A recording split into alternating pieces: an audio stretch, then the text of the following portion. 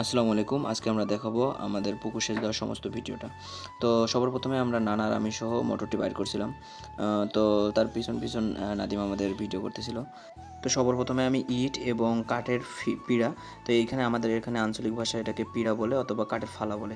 তো আমি সর্বপ্রথমে ইটগুলোকে সেট করছিলাম এবং তার উপরে কাঠের যে পিঁড়াটা আছে এটা আমি পর্যায়ক্রমে বসাই দিতেছিলাম, যাতে আমি দেখতেছিলাম যাতে মোটরটা আমরা স্থায়ীভাবে রাখতে পারি, কারণ এখানে এর উপরে অনেক লোড পড়বে, তো এই কারণে। তো সর্বপ্রথম আমি নাদিম, নানা, আমি সহ সমস্ত মোটরটা সেট করছিলাম এবং নাদিমের হাতে পানি দিয়ে দিয়েছিলাম। তো এই ভিডিওটা আমাদের মোটামুটি 1.5 মাস আগের করানো, আর পড়াশোনা এবং কাজের পারপাসে ব্যস্ত থাকার কারণে এই ভিডিওটা আমরা সময় মতো দিতে পারিনি। এর কারণে আমরা আন্তরিকভাবে দুঃখিত। দুই ভাই আমরা বাসায় চলে এসেছি। এখন মোটামুটি আমরা চেষ্টা করব যে আপনাদেরকে সুন্দর সুন্দর ভিডিও, আমাদের ক্ষেত খামারের ভিডিও উপহার দিতে। তারপর আমরা পাইপটি নিয়ে গেছিলাম, তার উপরে আমরা তার দিয়ে নিয়ে আসছিলাম যাতে এক কাজ বারবার করতে না হয়।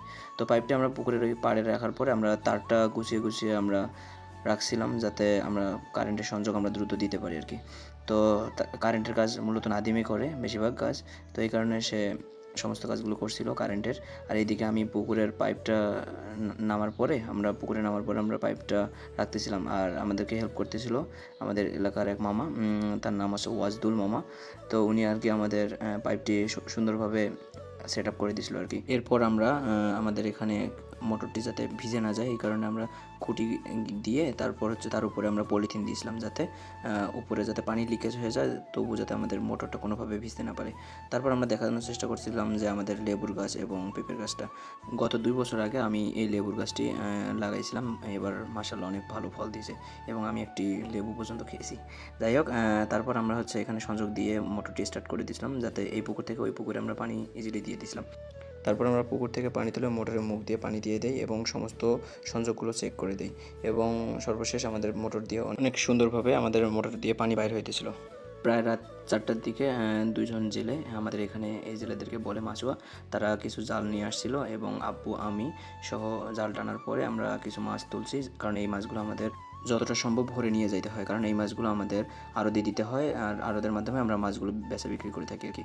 তারপরে আমরা পর্যায়ক্রমে আমরা কয়েকটি টান দিয়েছিলাম, যাতে আমাদের এলাকার স্থানীয় কিছু লোক যারা মাছ পোনাগুলো নেয়, আর এই পোনাগুলো নিয়ে আমরা বিক্রি করে থাকি। আর গ্রামের একটা জিনিস খুবই ভালো লাগে, যখন আমরা পুকুরে মাছ টাছ তুলি, তো তখন হচ্ছে অনেক মানুষ বসে মাছ ধরার কাহিনীগুলো অনেক উপভোগ করে। প্রথমত আমি ওই পুকুর থেকে এই পুকুরে আমি পোনা মাছগুলোকে ছেড়ে দিয়েছিলাম, কারণ এই মাছগুলো আমাদের পরবর্তী বছরে আবার আমরা পরে বড় করে বিক্রি করতে পারবো। তার মধ্যে উল্লেখযোগ্য ছিল কাতলা, তারপর মৃগেল, হ্যাঁ, রুই, এই মাছগুলো আমরা সর্বপ্রথম ছেড়ে দিয়েছিলাম। এই যে আমাদের দেখানো কাতলা মাছটা, এটা মাছের বয়স মোটামুটি 8 মাসের মতো। যখন আমরা পুকুরে সর্বপ্রথমে পানি দিয়েছিলাম ওই সময় এই মাছগুলো এরকম ছিল। তো তার মধ্যে কিছু মানুষ মাছ নিয়ে গিয়েছিলো, যারা স্থানীয়, তাদের থেকে কিছু টাকা পয়সা নিয়ে আমি নানির হাতে দিয়ে দিই। আর তারপর এখানে রাব্বি আর আমি সহ যেগুলো মাছ, ছোটো ছোটো মাছগুলো যে পোনা আকারের, এই মাছগুলো আমরা যাতায় রাখার জন্য আমরা হাবের মধ্যে আমরা রাখছিলাম। তো ওই জেতিয়ে রাখা মাছগুলো আমরা পরের ওই পুকুরে আমরা ছেড়ে দিই, যাতে পরবর্তীতে বড় হয়ে আমরা আবার এই পুকুরে পানি দিয়ে আমরা এই পুকুরে আবার ছেড়ে দিই। তারপরে আমরা কিছু গোসি, তারপর হচ্ছে শিঙ্গি, মাগুর, শাটি সহ আরও অন্যান্য মাছগুলো, যে তেলাপিয়া, এই মাছগুলো আমরা ধরার চেষ্টা করছিলাম। তারপর সবার শেষে আমি হচ্ছে এখান থেকে প্রায় 2 কেজি বা 5 কেজির মতো আমি মাগুর এবং শিঙ্গি মাছ ওই গর্ত থেকে বাইর করি।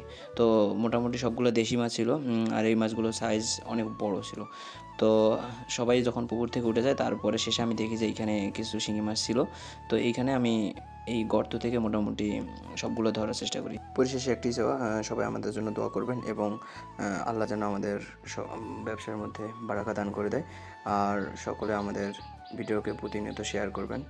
আর আমাদের ভিডিওগুলো কেমন লাগে না লাগে এটা আপনারা কমেন্টের মাধ্যমে জানাতে পারেন। আসসালামু আলাইকুম রহমতুল্লাহি ওয়া বারাকাতুহু।